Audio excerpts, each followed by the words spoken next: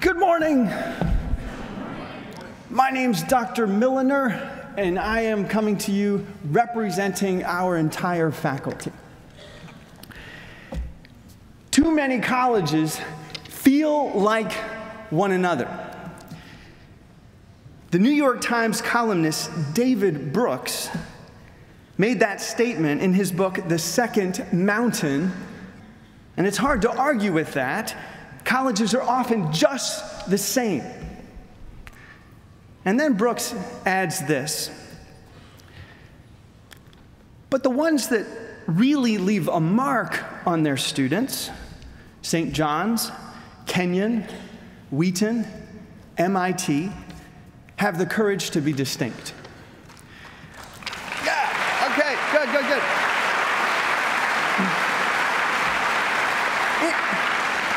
I think it's my favorite ranking. It's a really nice small list to be a part of, and I wonder if it means we beat out MIT, because we come first. Okay.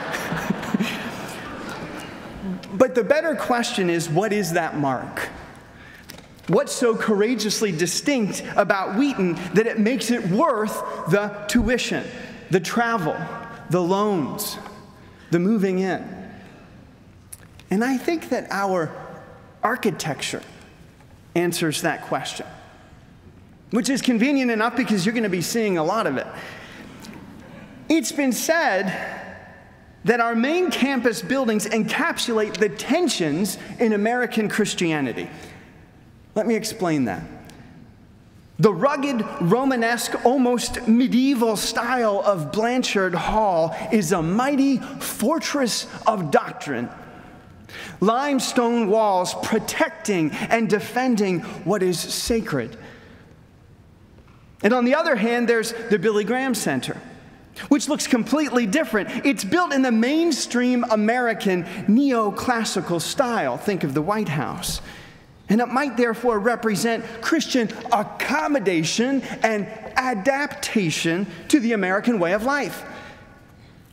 And you might be tempted to choose one or the other of those options. And there really are colleges that will do that for you. Strictly conservative colleges, purely progressive colleges, but we're not one of those places. We think both of those impulses are of value, and that's what makes for the great conversation happening on Blanchard Lawn and in our classrooms. So here, we do defend the essentials of the Christian faith. We faculty sign Wheaton's statement of faith without crossing our fingers. We actually mean it. But we also have our eyes on our disciplines. We are engaged. We're critically tuned in to the developments in our fields and in the world beyond the academy as well. We're not going to shelter you from that. And so to communicate this creative tension between Blanchard Hall and the Billy Graham Center, between preservation and accommodation, we did something. I hope you've noticed that the architecture of our brand new Welcome Center brings both styles together. Both traditional and transformative at once. There's the neoclassical, there's the limestone of Blanchard Hall. It's both medieval and modern. It is uncompromising on the Christian essentials while unafraid of the world beyond the church. That is how we want to welcome you here, with that mission. Here's another way of putting it. You may have heard a lot about Wheaton before you came here. We sometimes get complaints that we're too conservative or too liberal. Criticism can be good. It helps us to grow. But maybe those reports don't represent Wheaton. Maybe those reports are people observing the wake that Wheaton leaves behind. Wheaton is not the wake. Wheaton is the motorboat. And by enrolling here, you are joining us on board. Put on your life jackets. You might need them. It's an exciting ride. You're here to get a Christian liberal arts education. I know you've heard about it. And historically speaking, please understand, it's not quirky, it's normal. It's how the universities of Paris, Oxford, and Cambridge, Harvard, Yale, and Princeton began, and we continue that Christ-centered liberal arts tradition here. But what does it look like? I'm an art historian, so I think it looks like this. The Brera altarpiece by the Renaissance mathematician and painter Piero della Francesca. Now, we have named our curriculum here Christ at the Core. And look at the painting. There Christ is at the core of the enterprise, surrounded by every kind of human endeavor. That is, all the majors and programs and paths you might pursue here. There's razzi and hunger, Bible and biology, physics and philosophy. Every major here is an avenue to fully serve Christ. And above them all is the mysterious hovering egg in the shell.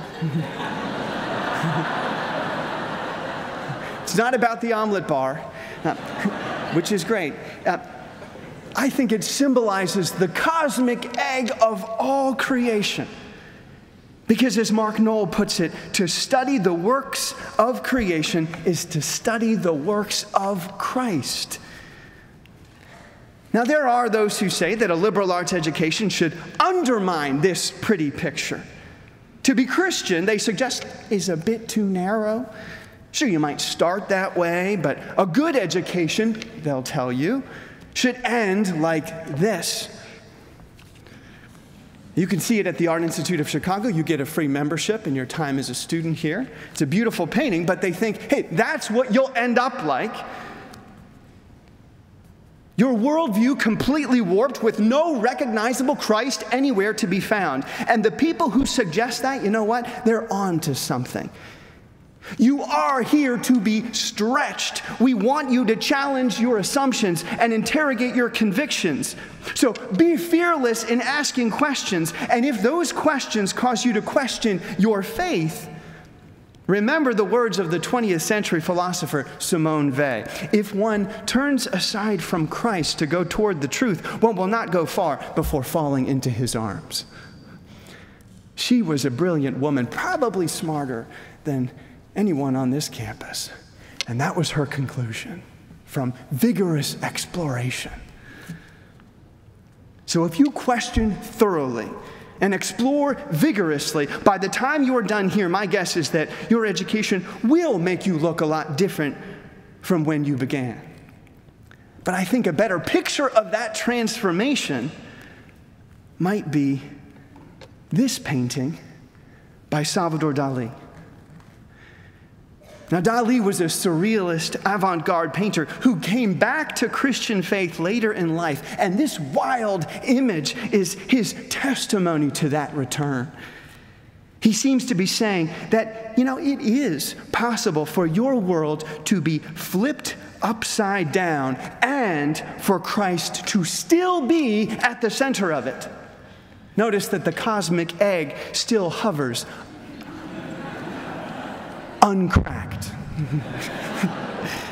It is possible, Dali says, for your mind to be split in intellectual struggle, but to still be serenely at prayer. And it is possible to see that all things in the world, literally everything, experiences a mysterious gravitational pull toward Christ, by whom and for whom our science building reminds us all things were made. And did you notice there was something missing in that earlier image? It was Christ without his cross. But as you learn about the suffering of the world in your classes, and perhaps as you experience new suffering of your own, you might rediscover the cross as well, learning that Christ continues to be well acquainted with grief, whether it is the world's, your family's, your roommates, or your own. In short, this education will change you if you let it. Please let it. But it will change you in Christ. So you really didn't make the safe choice by coming here. But you did make the right one. Many colleges resemble a pontoon party boat. But you picked a ship on a mission to serve Christ, and this part is really important, to permit ourselves to be served by Him as well. So welcome aboard. We look forward to seeing you in class.